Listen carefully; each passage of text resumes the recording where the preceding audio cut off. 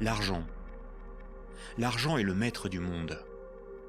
Notre quotidien, nos projets, notre avenir dépendent de l'argent qui circule dans l'économie.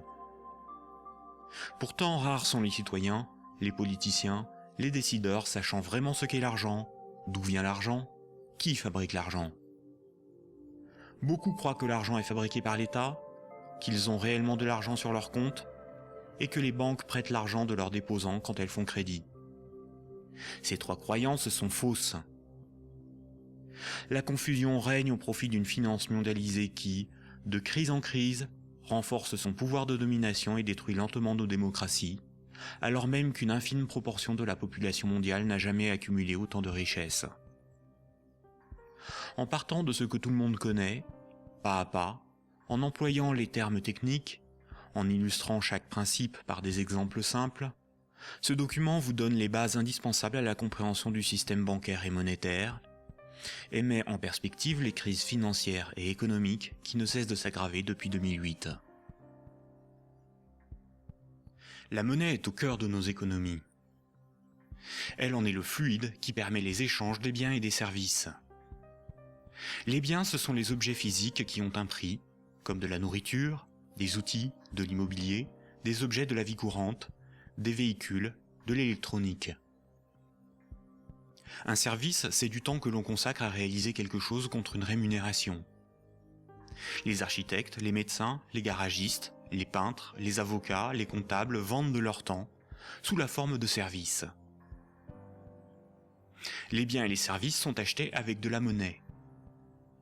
Savoir qui crée la monnaie est donc indispensable pour comprendre comment le monde fonctionne. La monnaie prend plusieurs formes, qu'il faut bien distinguer.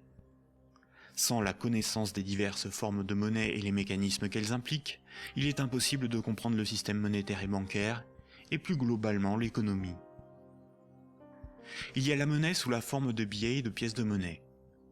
On l'appelle la monnaie centrale corporelle.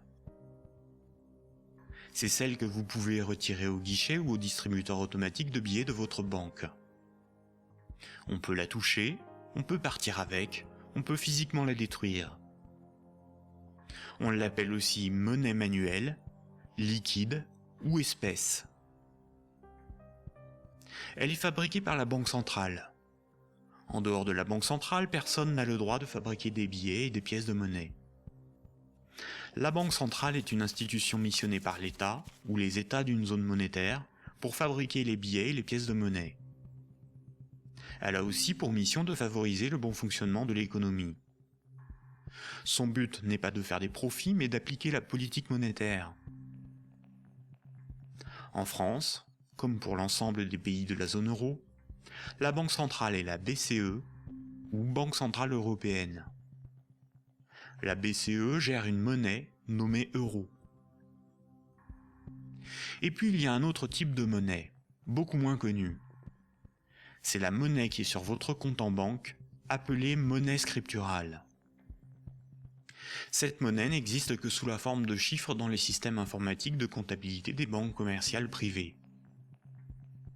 On l'appelle aussi monnaie secondaire. Les banques commerciales privées, appelées aussi banques de second rang ou banques secondaires, sont les banques des particuliers et des entreprises, comme la BNP, le Crédit Agricole ou la Société Générale. Ce sont des entreprises privées dont le but est le profit. Les banques commerciales privées sont les distributeurs des billets et pièces de monnaie. Ce sont des intermédiaires, des commerçants, qui font le commerce de la monnaie centrale. Elles ont développé un substitut à cette monnaie, qui est la monnaie secondaire ou monnaie scripturale privée. Elles réalisent la gestion des moyens de paiement tels que les chèques, les cartes bancaires, les virements et les prélèvements. Pour comprendre l'origine des différentes formes de monnaie, il faut comprendre pourquoi la monnaie a été créée et parcourir son histoire de l'Antiquité à nos jours.